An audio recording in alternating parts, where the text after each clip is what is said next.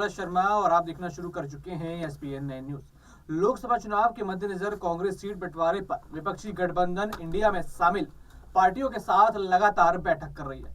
इस बीच टीएमसी सूत्रों ने बताया कि पश्चिम बंगाल में सीट बंटवारे पर चर्चा के लिए टीएमसी दिल्ली में कांग्रेस गठबंधन समिति के सदस्यों से मिलने के लिए अपना प्रतिनिधि नहीं भेजेगी। पश्चिम बंगाल के मुख्यमंत्री और टीएमसी अध्यक्ष ममता बनर्जी ने पहले ही बंगाल में सीट बंटवारे पर अपना रुख स्पष्ट कर दिया।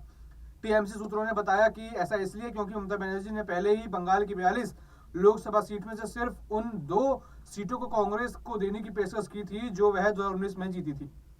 कांग्रेस गठबंधन समिति ने इससे पहले दिल्ली में शिवसेना, एनसीपी, आम आदमी पार्टी, आरजेडी, सपा के नेताओं से मुलाकात की थी। वे अगले कुछ दिनों में टीएमसी और जेडीयू के साथ चर्चा करने की योजना बना रहे हैं। दरअसल इंडिया गठबंधन में शामिल दलों ने लोकसभा चुनाव के लिए सीटों के बंटवारे पर चर्चा शुरू कर दी है। इसकी शुरुआत 7 जनवरी को बिहार से हुई।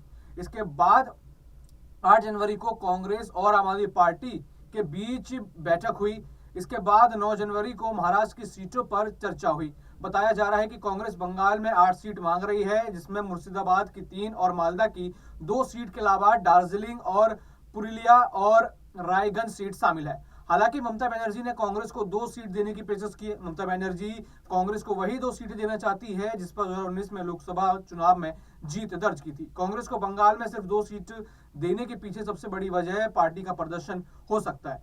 2019 में हुए लोकसभा चुनाव में पश्चिम बंगाल की 42 सीटों में से टीएमसी ने 22 जीत दर्ज की थी, जबकि बीजेपी ने 18 पर उनको जीत मिली थी और सिर्फ 2 सीटों पर यहाँ पर कांग्रेस को जीत मिली थी। और अब दूसरी बार जब 2024 में चुनाव होने हैं तो यहाँ पर बंगाल में टीएमसी उनको सिर्फ 2 सीट देना चाहती है। तो देखना होगा कि अब बंगाल में यहाँ पर सहमति बन पाएगी या नहीं।